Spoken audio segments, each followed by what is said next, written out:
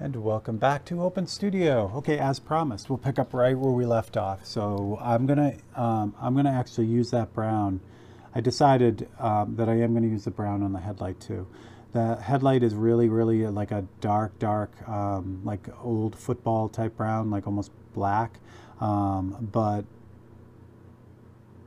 I'm gonna throw it in now with this. This will make a nice primer, and it'll just kind of get things in the right spot. So what's going to happen is that it's going to squeal. So with this brown, unlike the handlebar that I just did in the last episode, the base for the handlebar here, where I did that kind of smooth to get that like a base color all around, this I am going to kind of create that texture with this brown. So I'm just going to kind of, I'll do it up here where you can see it. So all I'm doing is just kind of building this brown up in this like scumbled type of pattern. So we were talking about last week with doing that rust texture with the airbrush. You can do it. It'll come out like that, but it'll also, like I said, that's softer than what the paintbrush does. So it just is what it is. You can't do with the airbrush what you can do with a paintbrush. You can come close, and the same thing works the other way. You can't do with the paintbrush what you can do with an airbrush. And that's why we have different tools. It works out really well. This is going to snap. Ugh. All right, I don't need that there, so I'll put that there. So what I'm going to do, and again, because this texture here isn't as sharp as what's going on the handlebars, I can use the airbrush to develop this texture here.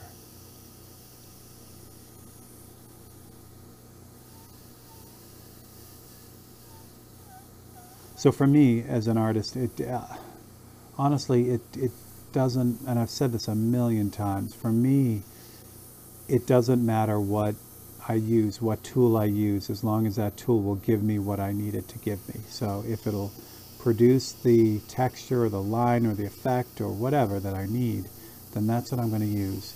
Again, I'll say it a million times over and over again. It's not the tool that does it. It's, you know, when a tool relieves you of the responsibility of knowing how to do it, then that's a problem. But if it's just there to add to what you already know how to do, then that's what it's for. I'm good with it. All right, so I'm just building this all up. I'm going to have to put in the yellow. There's the yellow chipped paint. That's going to have to go in. I get when I'm done. I can't avoid, like I can't do this and avoid the yellow to the point where, and I mean the yellow chipped paint is really pronounced, so really hard edged. So there's no way I can like get this in and leave that paint around it essentially. Plus again, even if I could, it's not worth it. It's just such a better way to do it, to paint it after, than to try to, you know, do things in a more difficult way just because they're more difficult. Like I don't know. I understand the challenge, but there's enough challenge in this painting. I don't need any more. All right, so this backside here, there's less of that texture for whatever reason. I think it's because it's on the inside of the headlight bezel. So, so I'm just going to spray that in. And that works out great. That's a nice start to that headlight. And again, it's going to be a lot darker when it's done, but that's a really nice start. All right, so back to this handlebar. I've got all that in. What I need to do is I need to start with the gray now. There's a little bit of the gray on here too on the headlight, so I'll be able to use some of that there. But for now, yeah. Yeah, that is misaligned up there too. What do you know? Huh. All right, I have to fix that too later. But when we get there, I want to get the headlights done, or the handlebars done first. Jump back to my copies, find something useful here. I can't use the same cutout that I just used. I could, but well, you know what? Yeah, let me show you. Say you were limited on your photocopies, for instance. Now normally what I would do is I would grab a new photocopy, because the part I'm going to paint is this part right here, this wrapped hand grip part, which is directly adjacent to the part I just painted. So when I cut this out, as I'm going to do here, if I painted that, I wouldn't have that nice sharp edge anymore. I would have a really soft edge, and that's not what I want. So I would normally grab another photocopy that I could just cut out the square with this still covered, and then I'd be good to go. But I'll show you a quick way to get around that too. If, say, you don't have another photocopy, or you just want to save paper, which is not a bad idea either. So cut out all the gray. That's all clamps and stuff. Make sure I got everything. I do. I also want to make sure there's, yeah, I want to make sure I got all that gray too. All right, which I do. Good. Go back to the painting now. So I have that really nice sharp crisp edge there anyway. So what I would do really simply is I just line this back up again. So that's in the spot that it needs to be in. And then I grab a little shield. Oops, I dropped the little shield and then I picked the little shield up again. Here we go. So I just block that off like that, and then I just drop the magnet on top of the shield. Now it's just as good, and you guys can't see the other side of it, but you get the idea. There it is right there, that edge.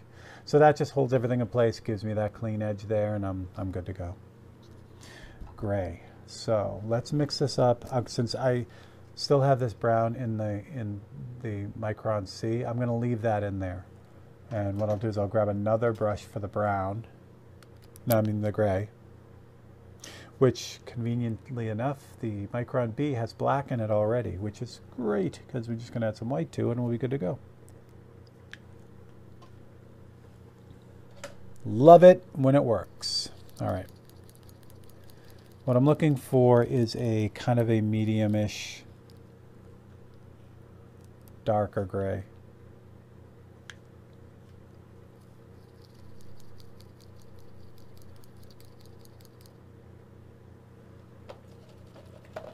All right, excellent, excellent, excellent. So there's my gray. Now, because this brush I was using it with black in it, there's black paint from here all the way to the nose of the airbrush. So even though I've got gray in the cup now, if I go and spray this, I'm going to get black for a few seconds before I get gray. So I don't want that. So what I'm going to do is I'm going to back flush it. Just grab a paper towel, gently put the needle of the airbrush into the paper towel, and then pull the trigger back, and it bubbles all the black back into the brush. And that mixes it all together. So that'll give me gray. And then just as a cheap, as my buddy Chris Arpin says, cheap insurance, I'm just going to run the brush a little bit to make sure that any of the residual black is out, and I'm just dealing with the gray now. All right, gray, gray, gray. Again, just like the last part of the bar we did, I'm just going to go over this lightly. There's the wrapping texture on this, the actual wraps. So those are going to be put on, but there's no, because it's, you know, the fabric tape, whatever it is, it's not the rusted metal. I don't have to do the same texture with the paintbrush. I have to do actually a different texture. So, all right, so I'm going to do the bottom really quick, just to give it a little bit of, you know, kind of shadow on the bottom. Now I can take this off, make sure I line that up right. That looks really, really good. So what I'm going to do next is I'm going to actually jump back with this. I'll put this back down. Now I can add that same gray, that darker gray, to the metal where it appears, which is nice. It looks like, I don't know, looks like it's just kind of like streaking down in different spots, which is really, really neat.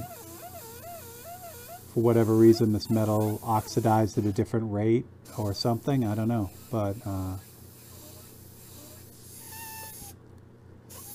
and because I want to, this area is really, really dark right under here, so I'm going to use the gray under there too, just because I want to. Now the other note to kind of look at as well, so I painted the paintbrush texture two steps ago on this. it was covered by the brown and now it's covered by the gray too. That also helps to blend that paintbrush stuff in so that, again, it becomes, I want it to be impossible to tell how I did it. I want people to just look at the painting. So that's the goal for me. I don't want someone to look at it and say, what a great airbrush painting, or what a great paintbrush painting. I mean, it's great if people say that, you know, because everyone enjoys something different about a piece of work. But for me personally, I want people to hear the story, to see the story. I don't want them to necessarily, you know, have the technique or you know, any of those things the first thing that they see. So yeah, it's great when they see it after, like, okay, how did this whole thing happen? That's fine. But yeah. All right. So I do have a little bit of gray up in here. So I'm just going to freehand the gray here because it's, you know, it's gray on the side of the headlight. It's gray on the background. So it's not going to matter if a little bit of this oversprays. But right about here, this headlight goes from that warm brown to that steel gray. A lot of it is like what happened down in the fender here. It's nice and, you know, rusty warm, and then on the top where the light is hitting it, it's like that battered steel. So the same thing kind of is happening with the headlight. What's beautiful about that as well is, I have the glove on the wrong hand, so I don't want to touch the painting. What's nice about that too is that gray that appears throughout this painting here and there ties it all together. When you have a common color that keeps popping up in different parts of the painting, that's a great thing. And oftentimes, even if it doesn't happen, I'll do it anyway.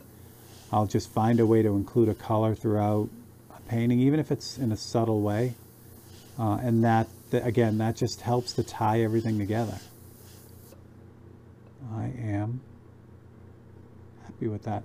This area down here on the headlight is really, really dark, so I don't have to worry about that. I'm just looking around to make sure, like, you know what? I find it difficult to believe that gray, even though it's not as noticeable. I'm finding it difficult to believe that it's not in this crossbar as well. So I'm going to put a few little spots of this in the crossbar as well. And I'm going to use this to deaden that red a little bit too. I think that red is too strong. So it's a nice color to do that as well. And again, it helps tie everything together. Got any up here? I do. A little bit of gray in here too as well. And in the clip too. So there you go. Nice. What about up here? What's going on over here? This is all really dark in here. Yeah, I'll just freehand this. I'll just drop this in as a base. The black is going to sharpen this up anyway, where the you know, all the components start clipping into things up here. So I'm going to just lay down a base of this darker gray, and then I'll be able to hit it with the lighter details and the darker colors after. Gray is a super easy color to, you know, manipulate after the fact too. So it's just a good overall base color. And look at all, I missed all that background here underneath here. And so again, background's gray, so I'm just gonna lightly hit that and clean that up too. That's lovely. All right. This clip here that actually mounts the crossbar here, it's like not as bright as this, but it still looks like it's some sort of stainless material. It looks like it's unoxidized, so I'm going to leave that for later, for after everything. A little bit more gray in this guy here, I think. Yeah, that's nice. Okay. What'll pop this handlebar out, you'll see, is the darks and then the really light, you know, on the top of this thing. Good.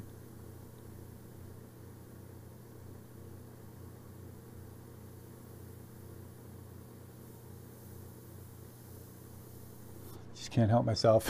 I want to work on that. I want to get rid of that. But again, if I do fix all that, you know, I'll show you. Up in the corner here, see how the corner is banged off here?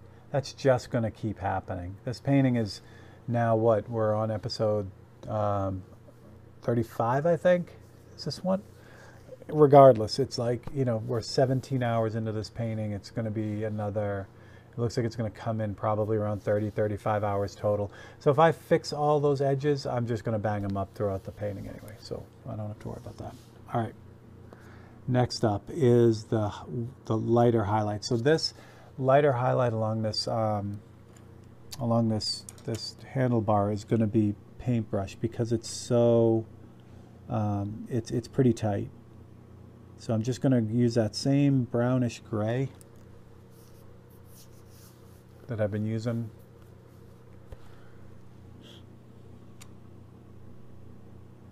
But add a little bit of white to it to really brighten it up.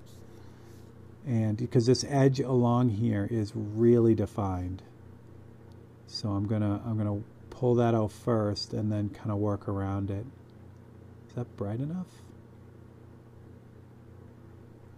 It's not quite bright enough, but that's actually really okay because again, I can brighten it after. This will act as again as a primer, but just for the light colors. So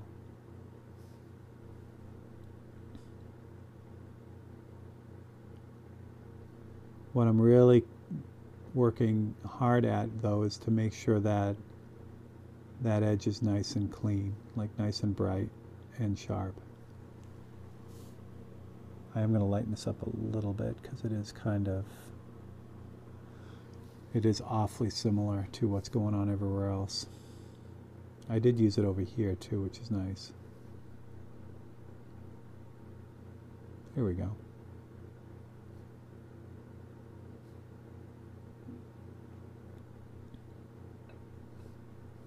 And I'm going to bring it up over here, but on the wrapped part, that's more gray. So I don't want to use this on the, I could, but I don't want to, it would be nice to remix the color, the gray it should be. And then because this is such a nice tan color, maybe a little bit more white, I can start the little screw that's on here as well.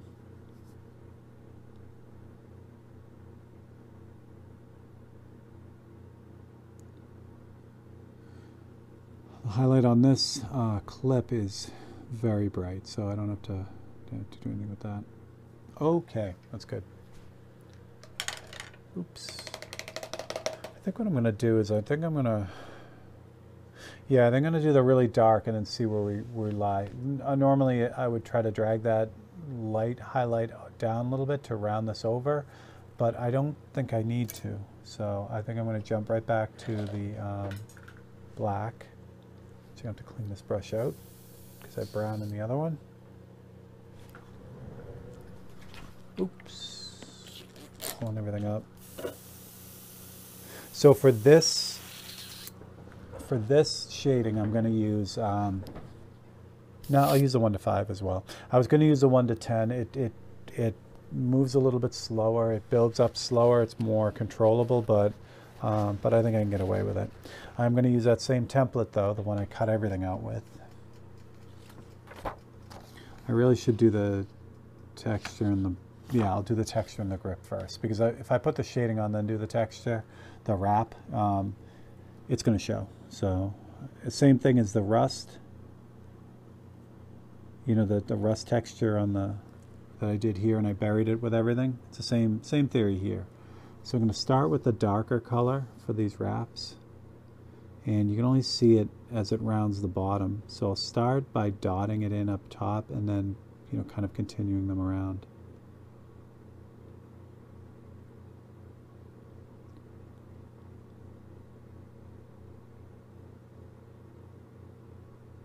There's some really nice highlights on these wraps too, so I'm going to do those after. Just want to get the lines in to start. See what I mean? Like when I go to put that shading in this part right here now, it's just going to blend everything together really nicely. And again, since I have this neat gray, this darker gray, I can do things like define where some of these other like really sharp edges are.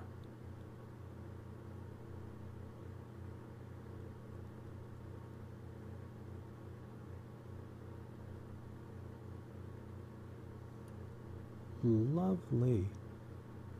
There's a lot going on with this clip too. So the other thing too is this flares at the top. You can see it flare right there. It also flares on the other side. Again, I missed that when I originally laid everything out and when I originally fixed this. So fix it now.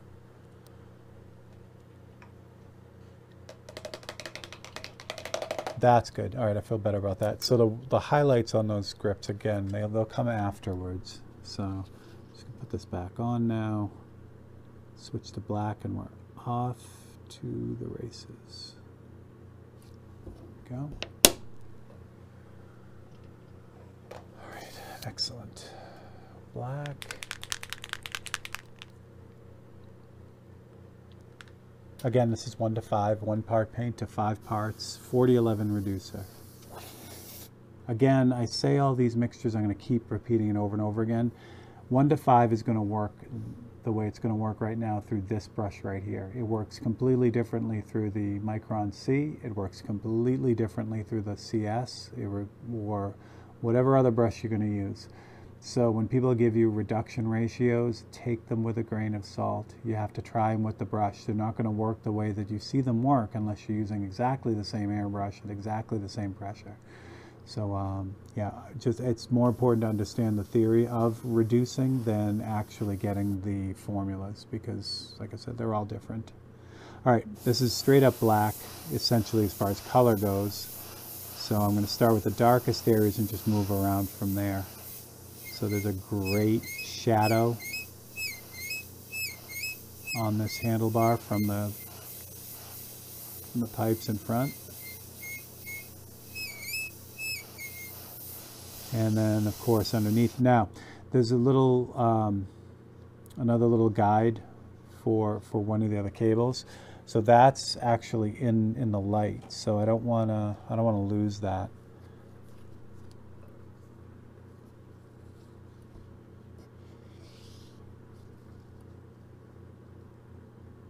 Ooh, wrong row.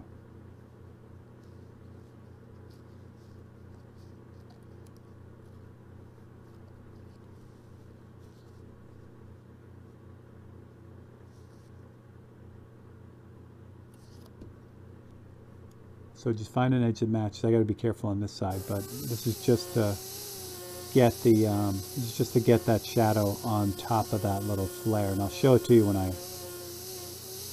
I get it done.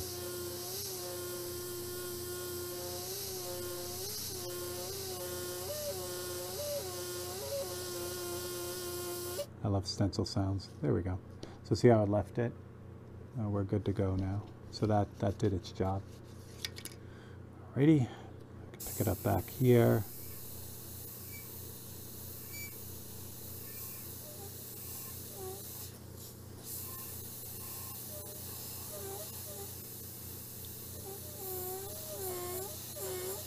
Here we go.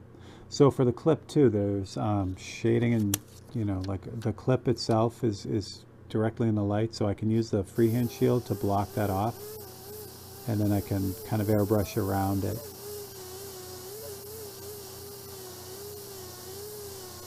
Here we go. Not a whole lot of shading on the top side of that, so.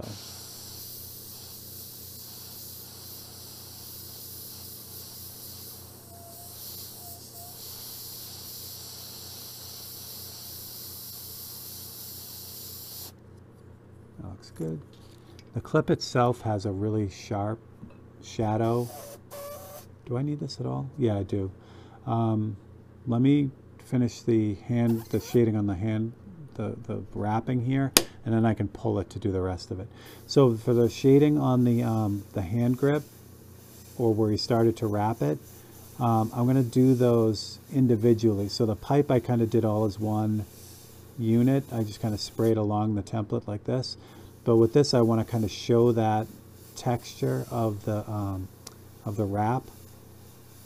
So I'm going to shade this individually and use this kind of the same technique, that scumbling technique that I used on the rust part.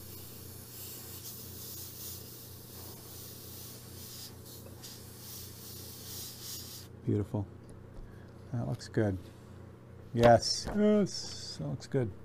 All right, so for the shadow on the clip, I'm just going to freehand that. Again, it's soft, so you know I could do it with a paintbrush, but it's just going to come out so much better with the airbrush. Like that. And this black, I should have put a little bit of gray on this clip too. It's not, I didn't put anything on this clip at all, but I can use the black and it'll kind of get it done for me. Looks good. That looks good. All right, so for the highlights on this now, I've got the base, that base highlight that I had on there before. So I'm just going to use a brighter version of that to really pop out the highlights. It's a really light tan type gray. It's also too much in the brush, but that's okay. So we'll use that to get all the super bright little highlights. The grip has a bunch of them, so it's like this kind of textured highlight like this, and it's got, this is what I was talking about before, it's got these neat like little bits of glint, I guess, on the upper parts of the wraps, which are really great. And I'm going to pop this highlight a little bit more too. Sometimes what I find when I'm working on these things too, like I do the backgrounds first, obviously, you know, we did that all first. Sometimes I find that the contrast doesn't work between the painting itself and the background. So one of the other reasons that I would, you know, repaint the background later on in the painting, and it depends on how everything goes. So I can't always see that until I get to the point where, you know, there's paint on there. The good news is, even if I had to paint this entire background again, there's gray on here. So whether I go lighter or darker, there's still paint on there. So it's just really an adjustment more than a total repaint, if that makes any sense. I'm going to dry the brush out a little bit off to the side here, pull off a bunch of paint so I get kind of a dry brush, and then I can kind of put lighter texture on things as we go. Maybe in the highlights here, there's a little bit of the texture of that roughness.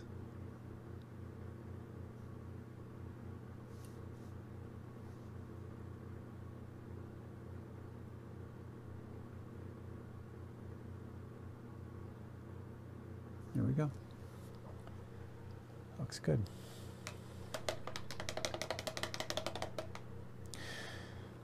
All right. I should have done this clip at the same time when I had the gray in there, because this is basically just gray and black, which would have been nice, but I didn't think of it. So what I'll do, instead of reloading the brush, just because we have about 2 minutes left, I'm just going to kind of pop in some of the details on the clip up here. So I'll grab some black, straight up black. I can start cutting in those details up in here. Oh, I didn't do any texture on this either. Okay, well, we'll get that after.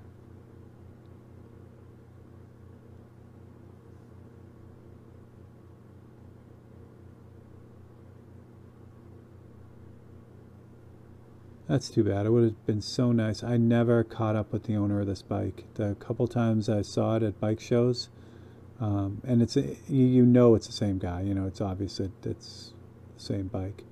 I just never, he wasn't there, or he was, you know, I don't know, tied up or something. But, and then, you know, it's funny, I was going to I got this picture at the Boston World of Wheels, and we would go every year, you know, and I'm like, oh, this is great, you know, no problem, I'll catch up with them at some point. And then, of course, I moved to Ohio, and I don't even know if the World of Wheels ever, in Boston, ever happened after COVID. So it's funny, you think you have all this time to get things done, and the moment you put it off is when, you know, you realize you're not going to get a chance to make that happen. I mean, you know, I might, sooner or later I might run across the guy, but should have been done when I had the chance, is what I'm trying to say.